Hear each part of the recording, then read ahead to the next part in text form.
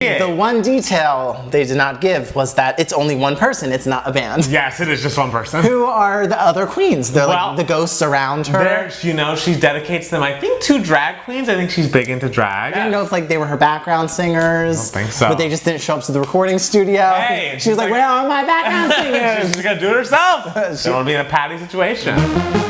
Hey everybody, welcome back to another episode of 2 Gay Matts. It's Matt Steele. And it's Matt Palmer. And we have another patron request video. We are plowing through them. We're doing it. If you would like to know more about how to request a video topic of your own, you can go to the link below to our Patreon and become a patron and find out all about that, all those details. Patreon.com/2GayMats. Don't forget the /2GayMats. I just did. I mean, I figured they would just click the link below. I like to say. Some people like to type it out themselves, I guess. That makes sense. Some people are, you know, a little more detail oriented. Exactly. So this comes to us from Palmon, and Palmon, I believe, is from Europe. Okay. Somewhere in Europe. Is Palmon French as well? It could be French. Well, Christine and the Queens, she is French. Yes. So I was assuming, but I could be wrong. I do not know. Palmon gave us a lot of details about this video topic. This video topic is about Christine and the Queens. Yes. I had heard of her definitely, and I think I'd heard songs from her first album, which I think was self-titled in the US release, but I had not heard of the second album, the sophomore album, Chris, which we're diving into today, which was mentioned in Palmon's initial message. And so we're just like, hey, if this is an album that won, I think, Album of the Year in France or something, and I think the song Girlfriend won Song of the Year on like some Time magazine poll of the year or something. So hey, I'm excited to dive into her 2018 release. I'm down for it, and I hear she's very queer. Yeah, she's genderqueer. Very androgynous. Yes, we love androgyny. And she sings about that in a lot of her music, which is very interesting. I loved listening to this album, first of all, because it was someone who I had never heard of before, and also because it was very interesting trying to figure it all out, because the first time I listened to it, it's a little hard to understand what she's saying because she's singing in English. Yes. But her accent is quite thick. Yes. So I'm just like, wait, hold on. The melodies are great, but like, what's happening? I know, you're like, oh, I'm so in love with the melodies and the production and all of the arrangement, but like, what's being said? Yeah. Like, who's to say? So both of us had to listen to it again with like the lyrics in front of us and everything, which I think made us, or it made me at least, pay more attention to the lyrics. Absolutely. And I find her to be a great lyricist. That's the thing about it, is like her lyrics are so unbelievable, and like, is she bilingual? Is she writing all these English lyrics? Does she have an English co-writer? I don't know, but whoever's doing the work of those lyrics, A+, like better than people that are American. So the thing that I like about her lyrics are they fit so well in such a strong melodic lines. Like, she doesn't really take too much liberties like in straying off the path of the melody, like which I'm sure you appreciate very much. You know, I love melody. So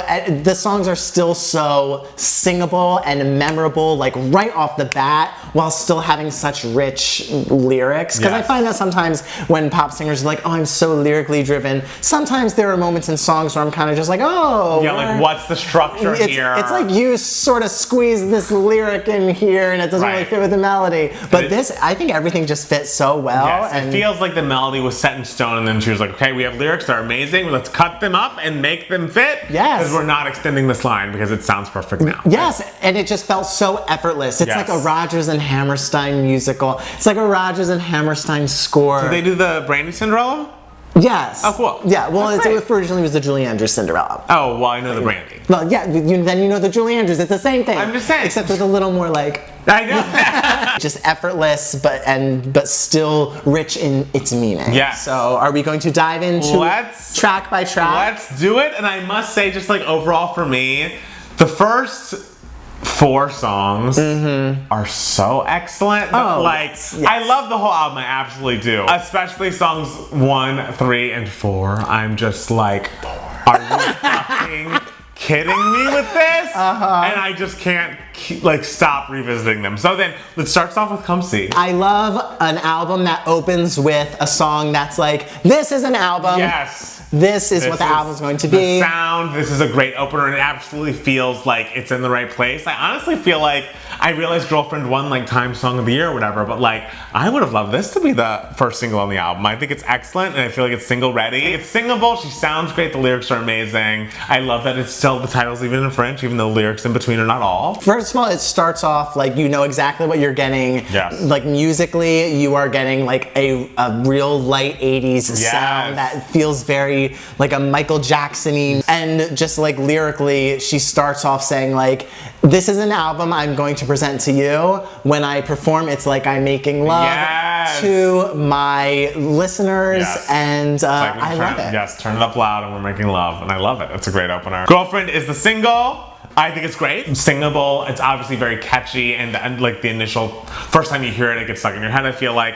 I just feel like it's next to two songs I love so much. I mean, yes. Kind of. You know, I like it a lot, but like since it's just overshadowed by its neighbors. I feel like Girlfriend is a nice intro to The Walker, because Girlfriend is very much talks about her sort of masculine qualities that she really embraces and everything. And then The Walker, which I love. The Walker. The Walker. The Walker is the best song on the album. Oh, The Walker's phenomenal. I think it's the second best song on the album. But I love how it goes. Like, Girlfriend is just such a pleasant, sort of playful, like, I have these masculine qualities. I don't feel like a girlfriend, but like I can totally make like hardcore love to you. And then The Walker is sort of like a darker version of like, this is my masculine self, and I sometimes walk through the street. Maybe not even talking about herself, but she's sort of describing someone who walks through the streets like with that edge, and sometimes is like very angry and like ready and raring to fight even when there's not really a fight to be had, but just always like on the defense and like keeping people away from her. And it's so funny that the lyrics are so strong in that way, and the music is so vulnerable. I know. I know. And the music is so light. It feels like it's just all around you. And sonically, production-wise, like I mean, I don't know if she's producing her own music, but it's just, this I think is the best produced song on the record. I think Palman said that she produces her own songs as well. Because he pointed out that very few women actually are in production, which is true, which is unfortunate, and hopefully we're changing that in 2021. This production and this arrangement, everything about this song I think is perfect. I like can't stop listening to it. Like it is, I mean, I like several songs, but like this is the one for me. This is the crown jewel for me personally. It's great. Doesn't matter. Doesn't matter. It's so great. It is great. That's my favorite song. I think that's up there for me too. Like, it's just such a bop. It gets in your head immediately. I think it helps that like the verse and the chorus are the same melody.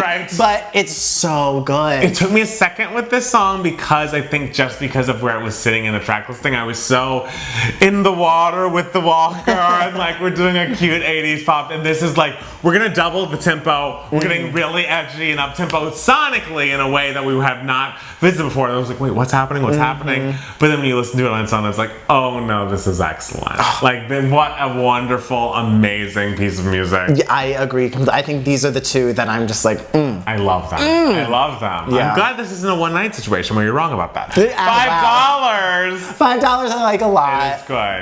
About some prostitution. Is it prostitution? Yes. I know. Okay. I assume so. I know that we're giving money and people are crying when they receive a $5 bill. Maybe, I don't know if it's homelessness. I don't know if it's like street vendors. I don't know if it's people singing and like someone throws a $5 in their guitar case. This could be several things. But it's definitely about like making money on the street. But I mean, that's a testament to like a good song. Like it can kind of be whatever you want. This is what it means to her. It's different from what it means to me. I got prostitute. I mean. I love the lines like, it doesn't, who cares? You're young and eager, and you know it may not be great, but like, hey, $5. It's $5. And she said $5 about 3,000 times in that song. She was like, if you don't know the amount of money I'm mentioning, it's $5. $5. Goya Soda. What are we talking about? Girl, I was gonna ask you what the hell we're talking about, because when I tell you this is a song that I listened to it and I was like, huh. Okay. Exactly. I was like, gonna have to follow the lyrics to that one. Followed all the lyrics, and I was like, huh,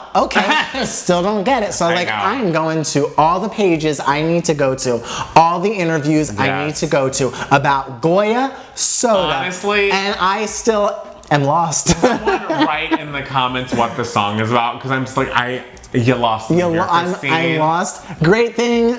is the melody's very good. Of course, like the really melody. good. I did look up all the interviews I read is she's singing about the artist Goya and the painting that he did where Saturn is eating his children. Okay. I know she talks about the art being unsettling to her in the second verse. Yeah, yes. So she talks about that, and so she's like, yeah, so I made up a story about looking at this painting and the guy next to me looking at it, and I'm just like, okay, so I'm still not getting a story, but I'm still so confused. You don't see the narrative in that? I don't see much of a beginning, a middle, and an end, but like maybe it's not there to have a beginning, a middle, end. Honestly, this is the experimental song of the album, so there's a lot happening we'll here. take it. The melody's great. Absolutely. I'm sure it means a lot to her, and maybe one day it will mean a lot to me. I hope so. Yeah, I like Soda. Of the songs that are remaining, I think "Damn What Must a Woman Do" is my favorite. You mentioned Michael Jackson earlier. I think it's such an MJ kind of song. It kind of gives me like Dirty Diana. Yeah, I love the second chorus where it kind of like breaks it down a little more. And it's like, oh, this is really exciting. And I love it because there's so much meaning in the first like 6 songs. Like they're so lyric heavy. But Damn What Must a Woman Do is literally just like,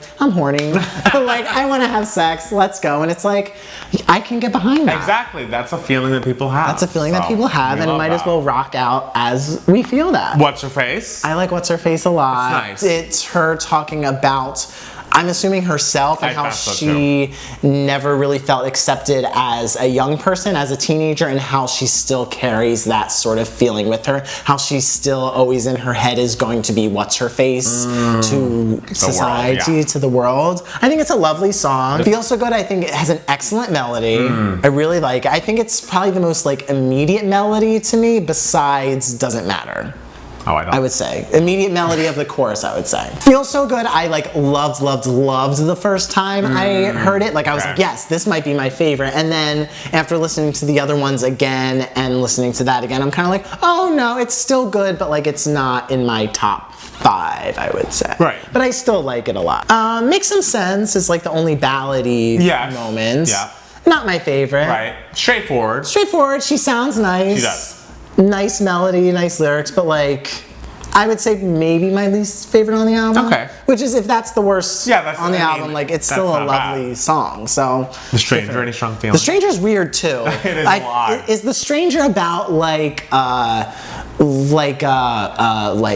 government? Like, is it about like these are the people who are feeding us and they're throwing us scraps, but like who is that stranger giving us the water? Water. I mean, water. If anyone could tell us, that would be wonderful because I'm again lost. Yes, but again, great melody. Yes, like lovely really, to listen to. Really catchy. Yes. So I'm down for it. Yes, I'm so glad to know more about Christine and the Queens. We love a genderqueer musician doing her thing, being a huge icon in the world and in France and in America and everywhere. And everyone streamed The Walker. And Doesn't Matter. Doesn't Matter. Yes, classic. Those are like the two. Those are the ones where it's just like, oh no, this is just a classic piece of music, and like.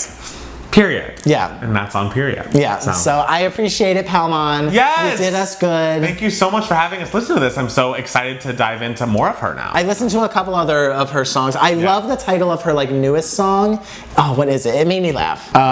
It's like, Please, I Feel Sad. I like that. Oh, people, I've been sad. People, I've been sad. I mean, but I was reading her Wikipedia, and I think that whole new EP is about her mom dying. Oh. So, not to like it. I apologize for put a damper on the song, but yeah. Well, I mean, it makes sench. She's been sad. Now I'm sad. I'm sorry. I don't mean to bring down the mood. This is a fun video. It should be fun. We want only good things for Christine. I know. We're very sorry to hear, Christine. Yes. We wish you all the best. We love your music. Yes. Excellent job. The Walker, Doesn't Matter. Iconic. That's it. Thank you guys so much for watching. Make sure to follow us on Twitter and Instagram at Matt Palmer Music. And it's Matt Steele. And at 2K Mats for both of us. Make sure to listen to our podcast that comes out every Monday. And you can find it on Apple Podcasts, Spotify, wherever you get your podcasts. We love Montana. We love Richard. We love... What am I missing? Adam Parnell. Oh my God. Of course. And we love all of you. Thank you guys so much for watching. We'll be back next week with more 2K Mats. Bye, guys. Bye.